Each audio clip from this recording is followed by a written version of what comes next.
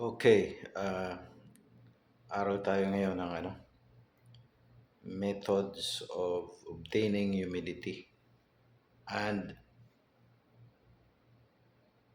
dehumidification, no? So mayroong dalawang uri yan para ma-achieve. Ito siyempre pang malakihan to yung ating pinag-uusapan. Pang malakihan to, big thing. Ang unang method ay yung direct method. Okay, direct method. Sabi niya, in this method, the water is sprayed in a highly atomized state into the room to the air condition. This method of obtaining humidification is not very effective. So, hindi gaano effective tong direct method, So, punta tayo sa pangalawang method, yung indirect method. So, in this method, the water is introduced into the air in the air conditioning plant. So, may plant ka, air conditioning plant. Hindi mo sa room mismo spray yung atomized water. Set up ka, no? Outside the air conditioned room. At ang tawag niya doon, air conditioning plant. Planta, kumbaga. With the help of an air washer, as shown in figure 16-22. Ito may air washer siya. Ang air washer, ito yung setup. So may papasok na hangin. Ito. Meron ka rito eliminator plates. Ito. Bago ka pumasok dito sa tank. Of course, may makeup water ka. Makeup water pagka bumaba lang naman tong level na to. Angat niya lang yan ulit. Siyempre, bubukas yung incoming water mo, papasok sa loob, i-fill up niya to. Tapos, mayroon kang pump. Yung pump po siyempre, push lang yung water. Circulate niya na yung pataas. Dito. Yan. Tapos, dali niya rito sa spray nozzles. Itong mga pula na to. Spray nozzles yan. Yan lalabas yung maliliit na droplets ng water. Kasi nozzle. Tapos, yung hangin mo, ayan, yan dadaan. Lalabas na siya rito. Air out. Okay, ganun yung system. Tapos, may pump ka. Yung trabaho ng pump is to push. Mag-a-add ng static pressure yan. Static at saka velocity, static pressure at saka velocity pressure para ang tubig mo dadaloy pataas. And eventually, babalik naman dito yung tubig mo ulit. Babalik lang dyan ulit yung water mo. Papatakin dyan. Kukolek lang ito. So, some of it, sasama sa air. So, meron kang heating coil dyan dito. This portion, meron kang heating coil. Okay? So, ganito yung setup. Air washer, humidification, ay maaaring ma-accomplish by using a recirculated spray water without prior heating of air.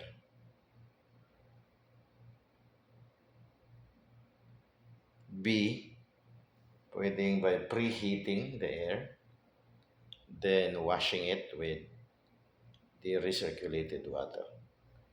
Washing kasi parang pinapatakan mo siya ng tubig from up, down. So, parang hinuhugasan mo siya. Bago siya, pagpasok niya marumi, paglabas niya rito, nahugasan na siya kasi nga he come in contact with water directly. Sa sea, by using heated spray water. Ito yung setup nito, mayroong heating eh. So, may heating dito. Yun yung setup nito. Dehumidic, de, de, Dehumidification may be accomplished with the help of air washer or by using a chemical. Okay, yung dehumidification pwedeng ma-accomplish. Ito ang ating pinag-uusapan sa ngayon ay air washer humidification. Ngayon, ang dehumidification, it uses chemicals. The air washer system, the outside of or entering air is cooled before below its dew point temperature so that it loses moisture by condensation. Okay, the moisture removal is also accomplished by water spray in is chilled water and the temperature is lower than dew temperature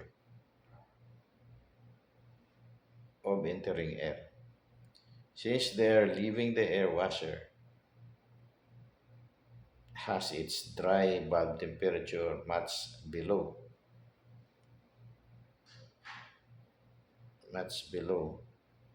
the desired temperature in the room, therefore the heating coil is placed after the air washer.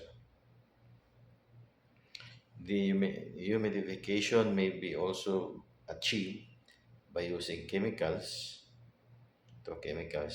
which have the capacity to absorb the moisture therein.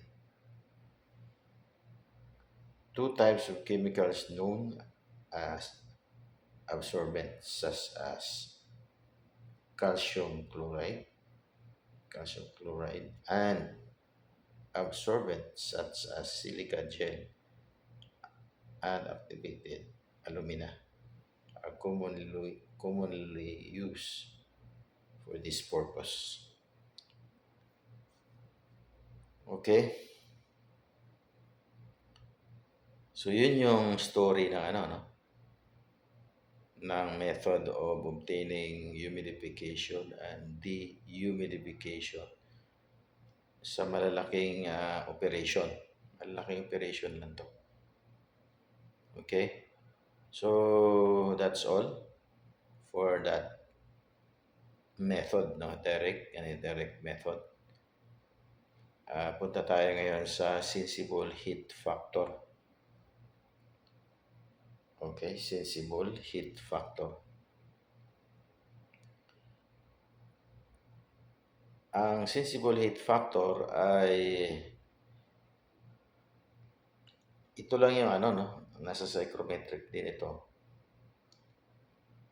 Ito lang yung pinaghihiwalay mo yung sensible heat sa total heat. Okay. The ratio of sensible heat to the total heat is known as sensible heat factor. Pwede rin tawagin to sensible heat ratio. Ang abbreviation niyan is HR. Mathematically, ito lang siya. Sensible heat ratio or factor is equal to sensible heat divided by total heat. So kung mapapansin mo doon sa psychrometric chart natin, pag drawing natin yan. Yan, dito. Okay, pag meron kang sensible heat, yung sensible mo, horizontal lang yan eh. Di ba? Either cooling or heating. Depende sa movement. Pag pakanan, heating. Pag pakaliwa, from right to left, cooling, di ba? Ngayon itong pataas mo, yung sa dehumidification, latent heat yan. Ito. Ito yung LH. Sinasabi niya dyan. LH to eh.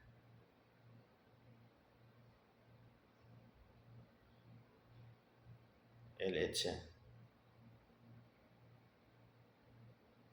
Ito naman yung SH. Sensible to. SH. Okay, so pag pinagsama, yung ratio niyan, ratio,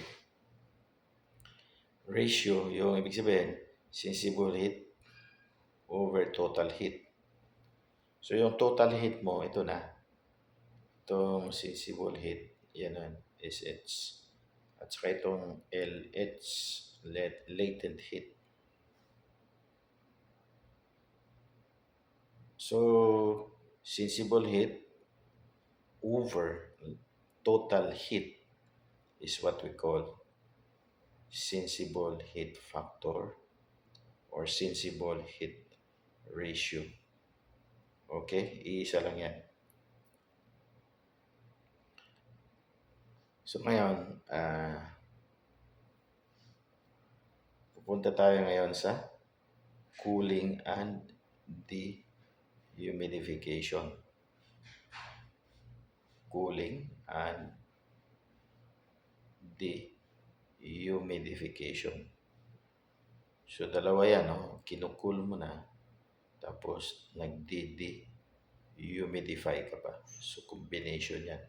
So remember doon sa ating topic na pinag-usapan before, na itong cooling, dehumidification at saka yung humidification, sildam na nangyayari ito na mag-operate by itself.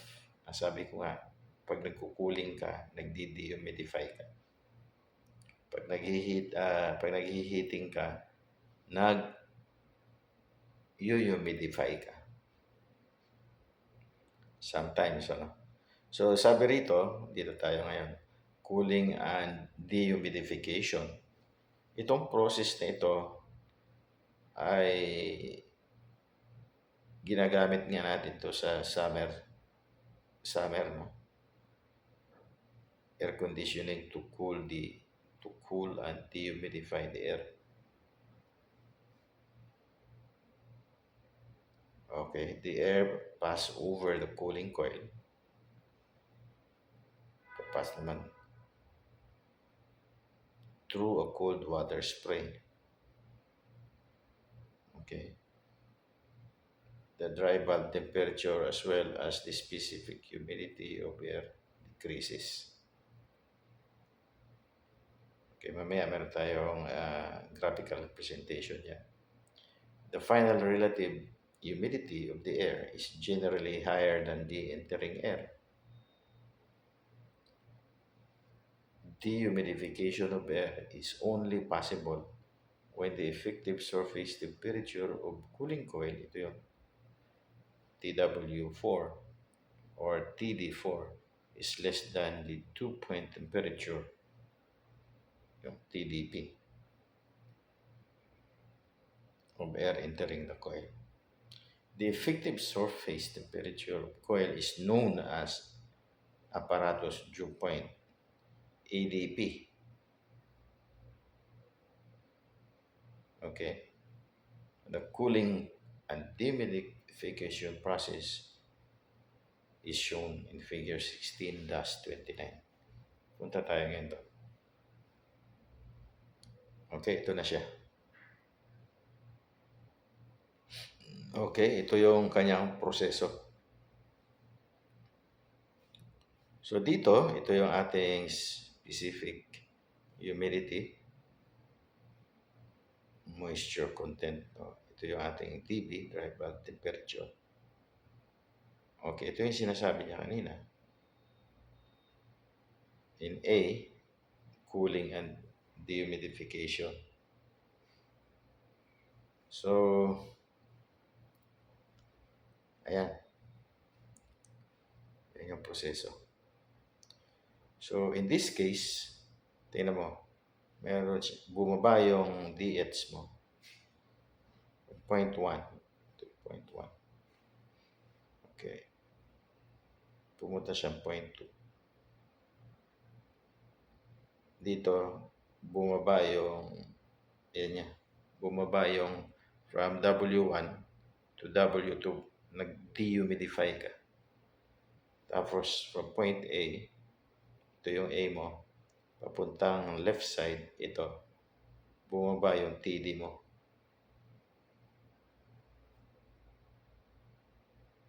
From TD1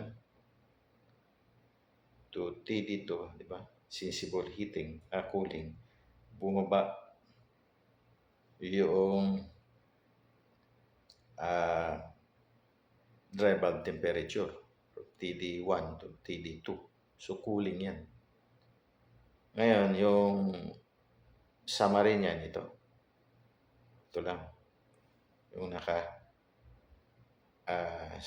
incline. Ibig sabihin ito. Di ba?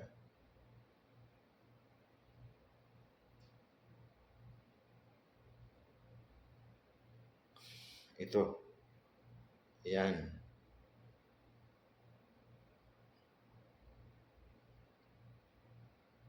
Shortcut niyan from point 1 to point 2. Itong this guy here. Itong guy na yan. Yan. Yan yung actual na nangyayari. Pinlat mo yan from point 1 to point 2. Ganyan talaga.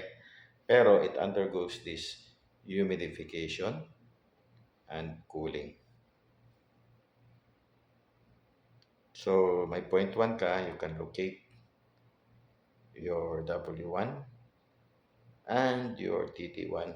Therefore, you can have H1. That's your H1. Okay? Upon reaching W2, you have TD1, you will have your point A. That's the start of your sensible cooling from A to 2. Okay, after reaching 2, you will get your H2.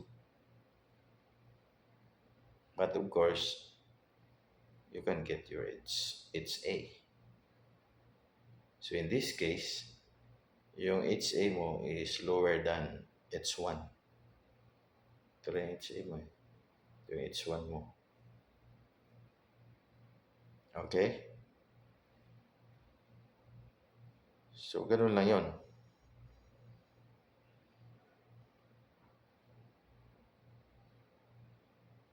Ngayon, dito makikita mo na yung may 0.4 ka.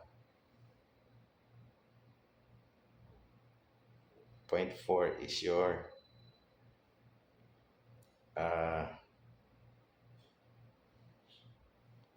this point here. Pagka na-touch ito yung line na yan, yung saturation line. You project it down, you will get temperature. Okay? So, in point B, in figure B, in-explain niya na to.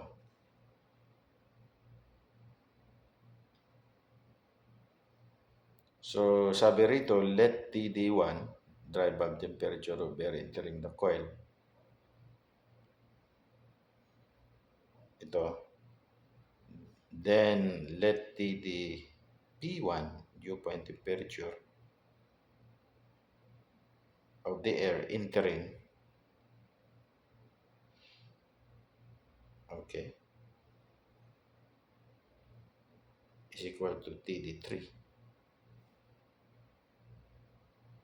Okay, ang TD3 mo ito. Ito yan, TD1. Nag-straight lang siya, no? At W1. Tapos, TD4 is equal to EDP of the coil. Effective surface temperature. Ito yun. In-straight niya yung line na to. Tingnan mo, wala na yung pababa, no? Kung hindi, in-straight niya lang yung line na yan, in-extend niya from point 1, point 2, hanggang point 4. Straight down from point 1 going to the left, downward, no? Pero naka-incline. Nakuha niya ngayon itong mga points na yan. W from W1, W2, TD2. Okay, and then W4, TD4, which is yun din yung ADP mo. Okay, so tapos pinroject niya yan. Meron ka rin ditong no, TD3. Ang TD3 mo nag-touch lang dito sa point 3 na yan. Okay? So under the ideal condition, the dry bulb temperature of air leaving the coil, TD4. Yan yung leaving the coil. Should be equal to the surface temperature of the cooling coil or ADP. But it is never possible due to the inefficiency of the cooling coil. May inefficiency kasi yung cooling coil. Okay? Due to, yun nga, bypass factor. Therefore, the resulting condition of air conditioning out of the coil, as shown in point 2, itong point 2 na to,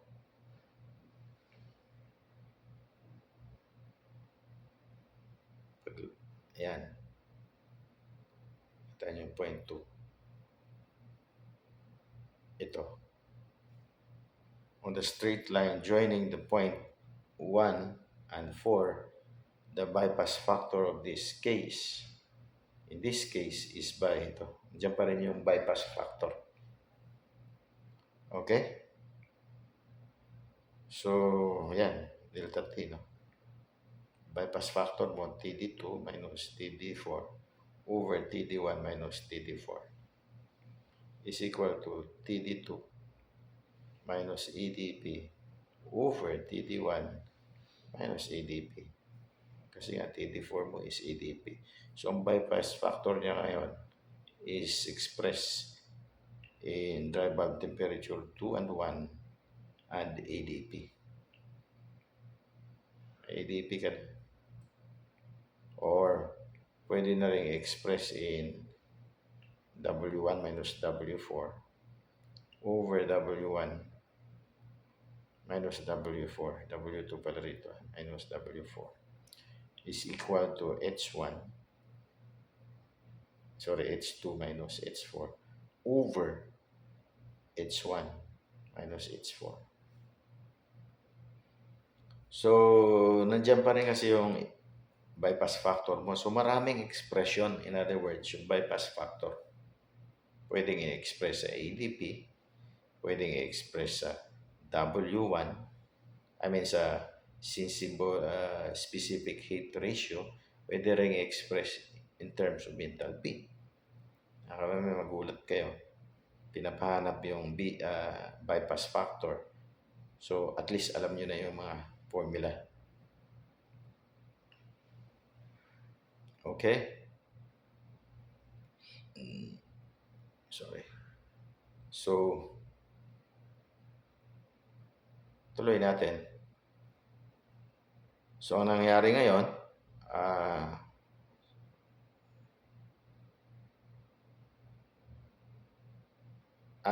ito. Makukuha natin ngayon yung Q. Yung Q is equal to H1 minus H2. Breakdown mo lang, it is equal to H1 minus HA plus HA minus H2. So in other words, yung ating Q is equal to latent heat plus sensible heat. Wherein yung latent heat mo, yun na nga, is equal to H3 minus H latent heat. No, H1 minus HA. So, yung latent heat mo removed due to the condensation of vapor of the moisture reduce content yung W1 minus W2. Yung sensible mo naman, itong SH mo is equal to HA minus H2. Ito naman yung sensible heat remove. Tapos, we know that the sensible heat ratio, yung sensible heat over total heat, can be expressed in terms of enthalpy. So, may note lang dito na yung line 1 to 4 kanina doon sa ating psychrometric figure. Okay. Line joining the points of entering air and the apparatus dew point in figure 16, thus step 29. B is known as the sensible heat factor line. So, yun ang tawag doon. Dito, balikan ko lang saglit. Itong line na to. Okay, itong line na to. Ayan. Sensible factor line. Joining point 1, point 2, and point 4. Okay, that's all for today. Thanks.